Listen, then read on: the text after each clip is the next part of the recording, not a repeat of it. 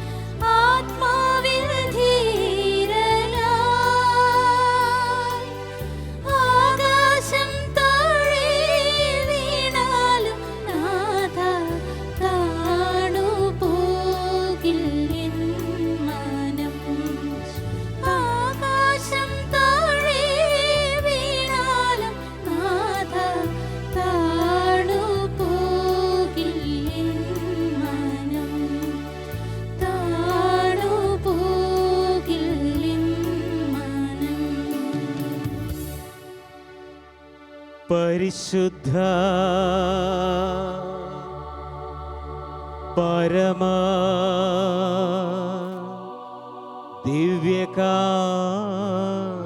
ദിവ്യകാരുണ്യത്തിന് എന്നേരവും ആരാധനയും സ്തുതിയും പുകഴ്ചയും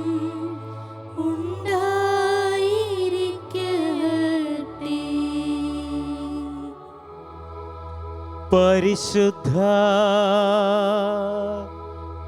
പരമ ദിവ്യകാരുണ്യത്തിന്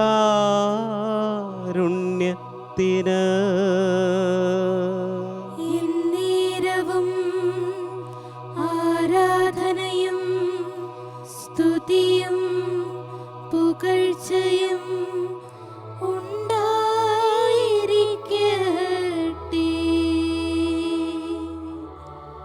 പരിശുദ്ധ പരമ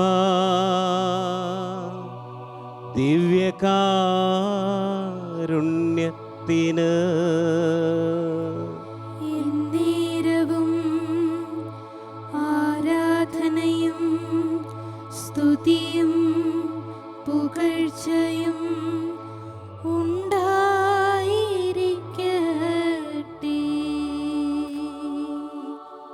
അപ്പത്തിൻ്റെ രൂപത്തിൽ ഞങ്ങളുടെ മധ്യ എഴുന്നള്ളിയിരിക്കുന്ന ഈശോയെ, അങ്ങേ ഞങ്ങൾ ആരാധിക്കുന്നു, അങ്ങേ ഞങ്ങൾ സ്തുതിക്കുന്നു, അങ്ങേ ഞങ്ങൾ മഹത്വപ്പെടുത്തുന്നു. മരണത്തിൻ്റെ നിഴൽ വീണ താഴ്വരയിലേക്കാണ് ഞാൻ നടക്കുന്നതെങ്കിലും അവിടുന്ന് കൂടെയുള്ളതിനാൽ ഞാൻ ഭയപ്പെടുകയില്ല. അങ്ങയുടെ ഒന്ന് വടിയും ദണ്ടും എനിക്ക് ഉറപ്പേകുന്നുവെന്ന് സങ്കീർത്തകനോട് ചേർന്ന് ഞങ്ങളിതാ പ്രാർത്ഥിക്കുന്നു. അങ്ങ് ഞങ്ങളുടെ കൂടെ ഉണ്ടായാൽ ഞങ്ങൾ യാതൊന്നിനെയും ഭയപ്പെടുകയില്ല. അങ്ങാണ് ഞങ്ങളുടെ ബലം, അങ്ങാണ് ഞങ്ങളുടെ തണൽ, അങ്ങാണ് ഞങ്ങളുടെ അനുഗ്രഹം. ഈശോയെ, യോഹന്നാന്റെ സുവിശേഷം 3-ാം അധ്യായം 16 പറയുന്നത് പോലെ, അവനിൽ വിശ്വസിക്കുന്നവനും നശിച്ചു പോകാതെ നിത്യജീവൻ പ്രാപിക്കുന്നതിന് വേണ്ടി തൻ്റെ ഏകജാതനെ നൽകുവാൻ തക്കവിധം ദൈവം ലോകത്തെ അത്രമാത്രം സ്നേഹിച്ചു. ആ സ്നേഹമാണല്ലോ ഞങ്ങളിപ്പോൾ അനുഭവിക്കുന്നത്. ആ സ്നേഹത്തിൻ്റെ മുന്നിലാണല്ലോ ഈശോയെ ഞങ്ങളിപ്പോൾ പ്രാർത്ഥിക്കുന്നത്. സ്നേഹമായി സ്നേഹത്തിൻ്റെ കൂദാശയായി ഞങ്ങളുടെ മധ്യ എഴുന്നള്ളിയിരിക്കുന്ന ഈശോയെ, അങ്ങേ ഞങ്ങൾ സ്നേഹിക്കുന്നു. ഈ ദിനം ഞങ്ങളുടെ കൂടെയായിരുന്ന, ഞങ്ങളുടെ ചിന്തകളിലും ഞങ്ങളുടെ വാക്കുകളിലും ഞങ്ങളുടെ പ്രവൃത്തികളിലും അങ്ങായിരിക്കട്ടെ പ്രചോദനവും ശക്തിയും. ഈശോയെ, അങ്ങേ ഞങ്ങൾ ആരാധിക്കുമ്പോൾ വിശുദ്ധ ഫ്രാൻസിസ് അസീസിയുടെ വാക്കുകൾ ഞങ്ങൾ ഓർമ്മിച്ചു പോകുന്നു. ഈ ഭൂമിയിൽ ഒരിടത്തൊഴികെ മറ്റെല്ലാം എൻ്റെ കണ്ണുകൾ കൊണ്ട് ദൈവപുത്രനെ കാണാനായി സാധിക്കുകയില്ല. ആ ഒരിടം അങ്ങാണ്, ദിവ്യകാരുണ്യ സന്നിധിയാണ്. ഓരോ ബലി അർപ്പിക്കപ്പെടുമ്പോഴും സ്വർഗത്തിൽ നിന്ന് മാലാഖമാരിറങ്ങി വന്ന് വൈദികൻ്റെ ചുറ്റും ആ വൈദികനെ സഹായിച്ചുകൊണ്ട് അപ്പം ഈശോയുടെ തിരുശരീരമാക്കുകയാണല്ലോ. എൻ്റെ ദിവ്യകാരുണ്യനാഥ, ധന്യമായ ഈ നിമിഷത്തിലായിരിക്കുവാൻ ഞങ്ങൾ ഒത്തിരി സന്തോഷിക്കുന്നു. അങ്ങയുടെ സ്നേഹം അനുഭവിക്കുവാൻ ഞങ്ങളെ സഹായിക്കണമേ. അങ്ങേ ഞങ്ങൾ ആരാധിക്കുകയും സ്തുതിക്കുകയും മഹത്വപ്പെടുത്തുകയും ചെയ്യുന്നു. വിശുദ്ധ പത്രോസ് എഴുതിയ 1-ാം ലേഖനം 1-ാം അധ്യായം 9 മുതലുള്ള തിരുവചനങ്ങൾ നമുക്ക് ശ്രവിക്കാം. അങ്ങനെ വിശ്വാസത്തിൻ്റെ ഫലമായി ആത്മാവിൻ്റെ രക്ഷ നിങ്ങൾ പ്രാപിക്കുകയും ചെയ്യുന്നു. നിങ്ങൾക്ക് ലഭിക്കാനിരിക്കുന്ന കൃപയെപ്പറ്റി മുൻകൂട്ടി അറിയിച്ച പ്രവാചകന്മാർ ഈ രക്ഷയെക്കുറിച്ച് ആരായുകയും അന്വേഷിക്കുകയും ചെയ്തു. ക്രിസ്തു സഹിക്കേണ്ടിയിരുന്ന പീഡകളെക്കുറിച്ചും അനന്തരമഹത്വത്തെക്കുറിച്ചും അവരിലുണ്ടായിരുന്ന ക്രിസ്തുവിൻ്റെ ആത്മാവ് മുൻകൂട്ടി പ്രവചിച്ചു. അവർ തങ്ങളെ തന്നെയല്ല, നിങ്ങളെയാണ് ശുശ്രൂഷിക്കുന്നതെന്ന് അവർക്ക് വെളിപ്പെട്ടിരുന്നു. സ്നേഹമുള്ളവരെ, കാനോനിക നിയമങ്ങൾക്കെല്ലാം അവസാനം എഴുതപ്പെട്ടിട്ടുള്ള ക്രൈസ്തവ ജീവിതത്തിൻ്റെ ലക്ഷ്യമുണ്ട്. ലത്തീൻ ഭാഷയിൽ പറയും സാലൂസ് അനിമാരും. ആത്മാവിൻ്റെ രക്ഷ.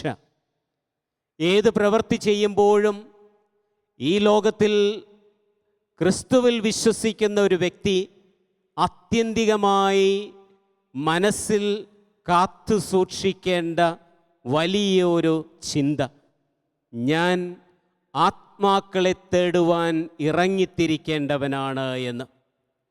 പ്രിയപ്പെട്ടവരെ, വിശ്വാസത്തിൻ്റെ ഫലമായിട്ട് ആത്മാവിന് രക്ഷ ലഭിക്കുമെന്നുള്ള ദൈവവചന ഭാഗമാണ് നാം ഇപ്പോൾ ശ്രവിച്ചത്. ലൂക്കായുടെ സുവിശേഷത്തിൽ നിയമജ്ഞൻ കർത്താവിനോട് ചോദിക്കുന്ന ഒരു ചോദ്യമില്ലേ, നിത്യജീവൻ കരസ്ഥമാക്കുവാൻ ഞങ്ങൾ എന്താണ് ചെയ്യേണ്ടത്? നിയമജ്ഞനോട് കർത്താവ് പറഞ്ഞത് ഇപ്രകാരമാണ്: നീ നിൻ്റെ ദൈവമായ കർത്താവിനെ പൂർണ്ണമായ ഹൃദയത്തോടും പൂർണ്ണാത്മാവോടും പൂർണ്ണ ശക്തിയോടും പൂർണ്ണ മനസ്സോടും കൂടി സ്നേഹിക്കുക. നിൻ്റെ അയൽക്കാരനെ നിന്നെ പോലെയും സ്നേഹിക്കുക. സ്നേഹത്തിലും വിശ്വാസത്തിലും അധിഷ്ഠിതമായൊരു ജീവിതമാണ് ആത്മാവിൻ്റെ രക്ഷയ്ക്ക് വഴിതെളിയിക്കുക. പ്രിയപ്പെട്ടവരെ, അവനിൽ വിശ്വസിക്കുന്ന ഒരുവനും നശിച്ചു പോകാതെ നിത്യജീവൻ പ്രാപിക്കുന്നതിന് വേണ്ടി തൻ്റെ ഏകജാതനെ നൽകുവാൻ തക്കവിധം ദൈവം ലോകത്തെ അത്രമാത്രം സ്നേഹിച്ചു. വിശുദ്ധ യോഹന്നാൻ്റെ സുവിശേഷം 3-ാം അധ്യായം 17-ാം തിരുവചനം, ദൈവം തൻ്റെ പുത്രനെ ലോകത്തിലേക്ക് അയച്ചത് ലോകത്തെ ശിക്ഷയ്ക്ക് വിധിക്കാനല്ല, പ്രത്യുത അവൻ വഴി ലോകം രക്ഷ പ്രാപിക്കുവാനാണ്. സ്നേഹമുള്ളവരെ, വിശുദ്ധ അഗസ്തീനോസ് ആത്മാവിൻ്റെ രക്ഷയെക്കുറിച്ച് പറയുമ്പോൾ പറയുന്നത് ഇപ്രകാരമാണ്: ആത്മാവിൻ്റെ സൗന്ദര്യം സ്നേഹമാണ്. സ്നേഹിച്ചുകൊണ്ടേയിരിക്കുക. സ്നേഹിച്ചുകൊണ്ടിരിക്കുമ്പോൾ നീ നിൻ്റെ ആത്മാവിന് സൗന്ദര്യം കൂട്ടുകയാണ്. നീ നിൻ്റെ ശരീരത്തെ പരിരക്ഷിക്കുവാനായി എപ്പോഴും ചിന്തിക്കേണ്ടത് നീ എന്നും ജീവിക്കുമെന്നാണ്. പക്ഷേ നീ നിൻ്റെ ആത്മാവിനെ പരിരക്ഷിക്കുവാനായിട്ട് എങ്ങനെയാണ് ചിന്തിക്കേണ്ടത്? എന്നും ജീവിക്കുമെന്നല്ല, നാളെ ഞാൻ മരിക്കും എന്ന ചിന്തയാണ് എൻ്റെ ആത്മാവിനെ പരിപോഷിപ്പിക്കുവാൻ എനിക്കുതകുന്ന, എനിക്ക് കാരണമാകുന്ന ചിന്ത. കുരിശിലെ വിശുദ്ധ യോഹന്നാൻ ആത്മാവിൻ്റെ ഇരുണ്ട രാത്രി എന്ന കൃതിയിൽ ഇപ്രകാരം ചോദിക്കുന്നുണ്ട്: ആത്മാവേ, ഇനി എന്താണ് വേണ്ടത്? നിന്റെ ഉള്ളിൽ എല്ലാ സമ്പത്തും സംതൃപ്തിയും സന്തോഷവും ഉള്ളപ്പോൾ പുറം ലോകത്തിന് നീ എന്ത് തേടുകയാണ്?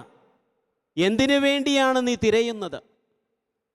നിന്റെ സന്തോഷം മുഴുവനും നിന്റെ ഉള്ളിലില്ലേ? ആത്മാവിനോട് ചോദിക്കുന്ന ഈ ചോദ്യം നമ്മൾ ഇന്ന് ഈ ദിവ്യകാരുണ്യ സന്നിധിയിലിരുന്നു കൊണ്ട് നമുക്കും ചോദിക്കാം.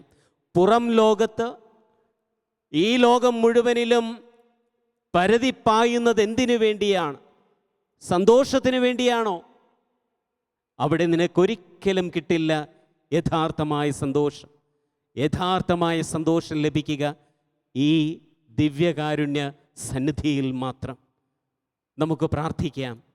എൻ്റെ ജീവിതം സന്തോഷകരമാകുവാൻ, എൻ്റെ ആത്മാവിന് രക്ഷ ലഭിക്കുവാൻ, എൻ്റെ ജീവിതം വഴി അനേകം ആത്മാക്കളെ കർത്താവിന് നേടിക്കൊടുക്കുവാൻ, കർത്താവേ, നീയാണ് സർവ്വതമെന്നുള്ള ബോധ്യത്തിലേക്ക് എന്നെ നീ വളർത്തണമേ എന്ന് നമുക്കിപ്പോൾ പ്രാർത്ഥിക്കാം. കർത്താവിൻ്റെ മുമ്പിലായിരുന്നു കൊണ്ട് നമുക്ക് ഉറക്കെ പാടാം: താങ്ങുവാൻ എനിക്കൊരു ദൈവമേയുള്ളൂ, താലോലിക്കുവാനും എനിക്കൊരു ദൈവമേയുള്ളൂ, കൂട്ടിനിരിക്കുവാൻ, കൂടെ വാഴുവാൻ എല്ലാറ്റിനും ഒരു ദൈവമേയുള്ളൂ. അതാണ് എൻ്റെ ഈശോ, എൻ്റെ സ്നേഹമുള്ള ഈശോ.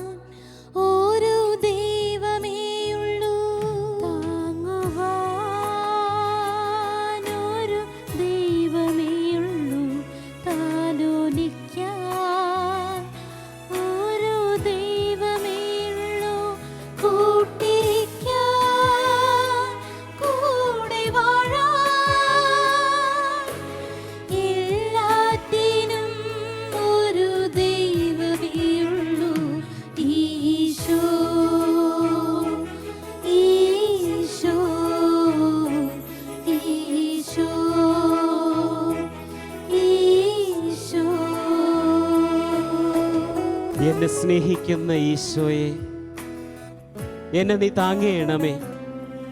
വേദനയുടെ നിമിഷങ്ങളിൽ, ആരാരുമില്ല എന്ന തോന്നലുകളുടെ നടുവിൽ, കർത്താവേ, എന്നെ നീ തലോടണമേ.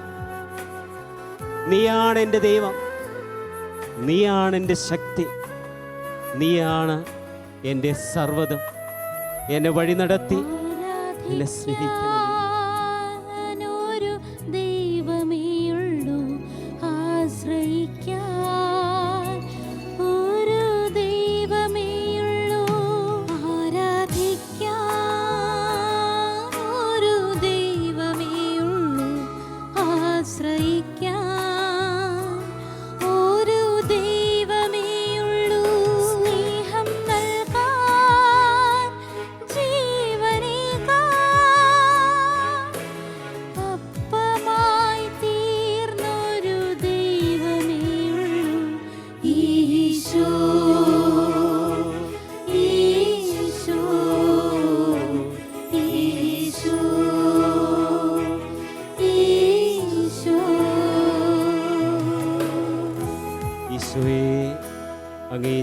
ആരാധിക്കുന്നു, അങ്ങേ ഞങ്ങൾ സ്നേഹിക്കുന്നു.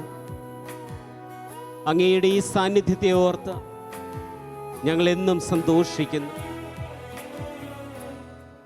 ഒന്നും അണയാത്ത തീനാളമായി വഴികാട്ടിയായ ഈശോയെ ഞങ്ങളെ നീ നയിക്കണമേ, സുഖപ്പെടുത്തണമേ. കണ്ണീരൊപ്പാനൊരു ദൈവമേയുള്ളൂ, കഥനമകറ്റാൻ ഒരു ദൈവമേയുള്ളൂ. കണ്ണീരൊപ്പാനൊരു ദൈവമേയുള്ളൂ, കഥനമകറ്റാൻ ഒരു ദൈവമേയുള്ളൂ. പാപം മായ്ക്കാൻ, സൗഖ്യം നൽകാൻ, മർത്യനായി തീർന്നൊരു ദൈവമേയുള്ളൂ. ഈശോ, ഈശോ, ഈശോ, ഈശോ. ഞങ്ങളുടെ ജീവിതത്തിലേക്ക് കടന്നു വന്ന് ആത്മാവിന് രക്ഷ പകർന്ന് ഞങ്ങളെ ഇന്നും പരിപാലിക്കുന്ന ഈശോയെ, ഞങ്ങളുടെ ജീവിതത്തിൽ ആത്മാവിൻ്റെ രക്ഷയ്ക്ക് പ്രാധാന്യം കൊടുത്തുകൊണ്ട് ജീവിക്കുവാനുള്ള കൃപയ്ക്ക് വേണ്ടി ഈ നിമിഷം ഞങ്ങൾ പ്രാർത്ഥിക്കുന്നു. അങ്ങ് ഞങ്ങളെ അനുഗ്രഹിച്ചാലും ഞങ്ങളുടെ വാക്കുകളിലൂടെ, ഞങ്ങളുടെ ചിന്തകളിലൂടെ, ഞങ്ങളുടെ പ്രവൃത്തികളിലൂടെ അനേകരെ, ഒത്തിരി ആത്മാക്കളെ അങ്ങേക്ക് വേണ്ടി നേടുവാൻ വേണ്ടി ഞങ്ങളിതാ ഈ നിമിഷം പ്രാർത്ഥിക്കുകയാണ്.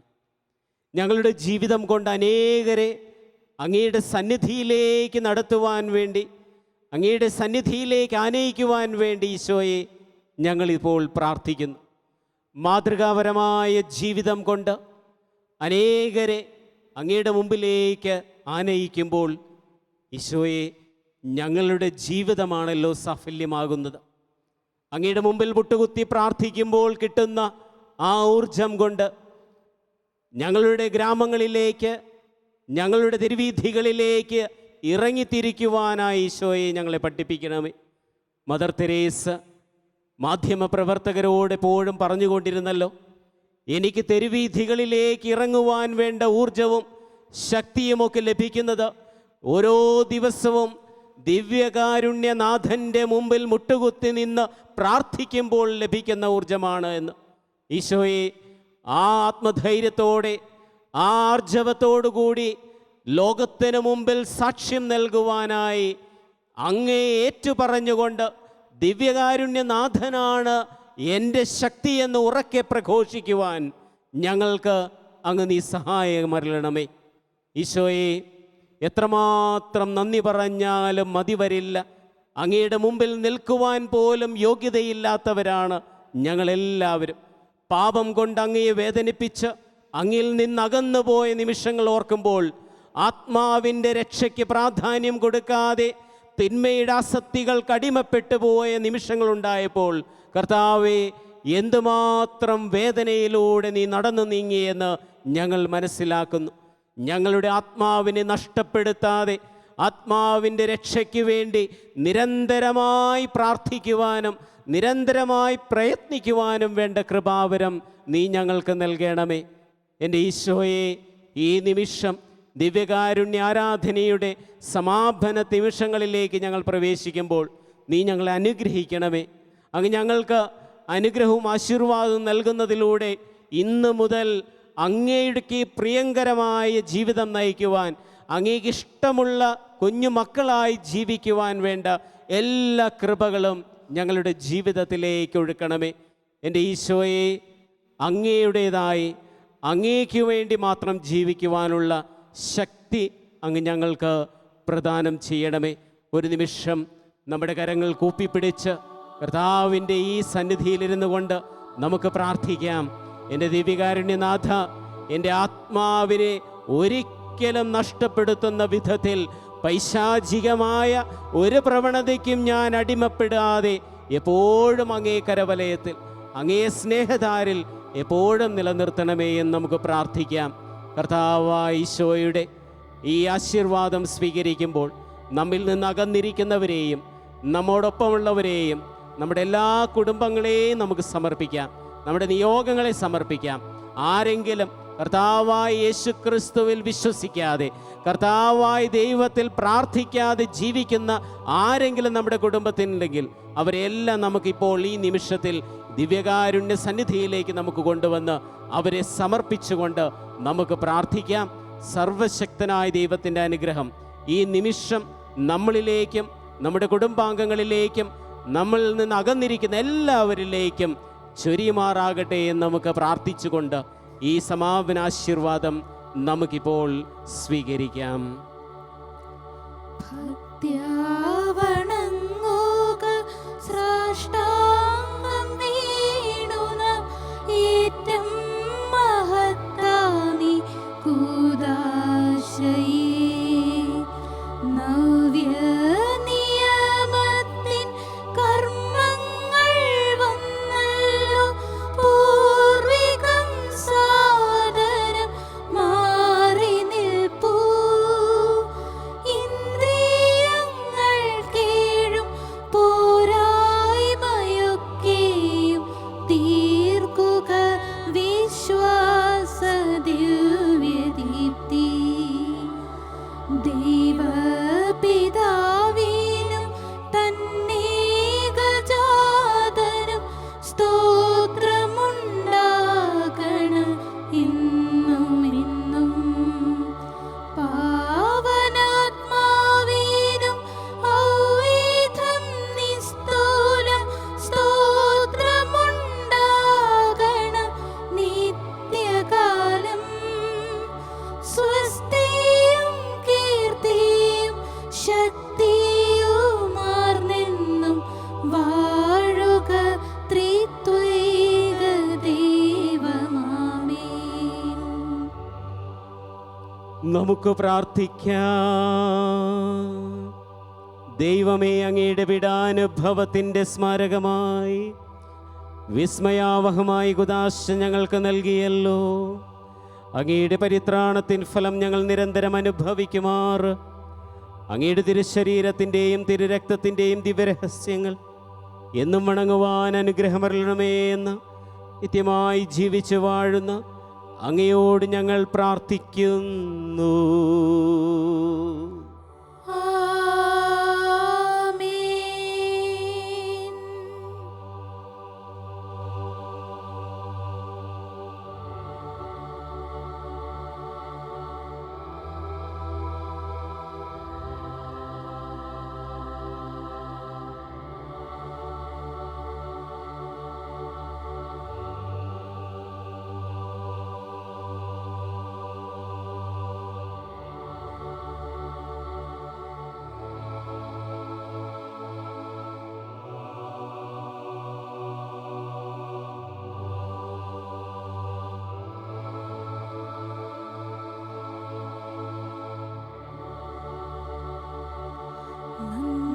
നന്ദിയോടെ ഞാൻ സ്തുതി പാടിടും എൻ്റെ യേശുനാഥാ. എനിക്കായി നീ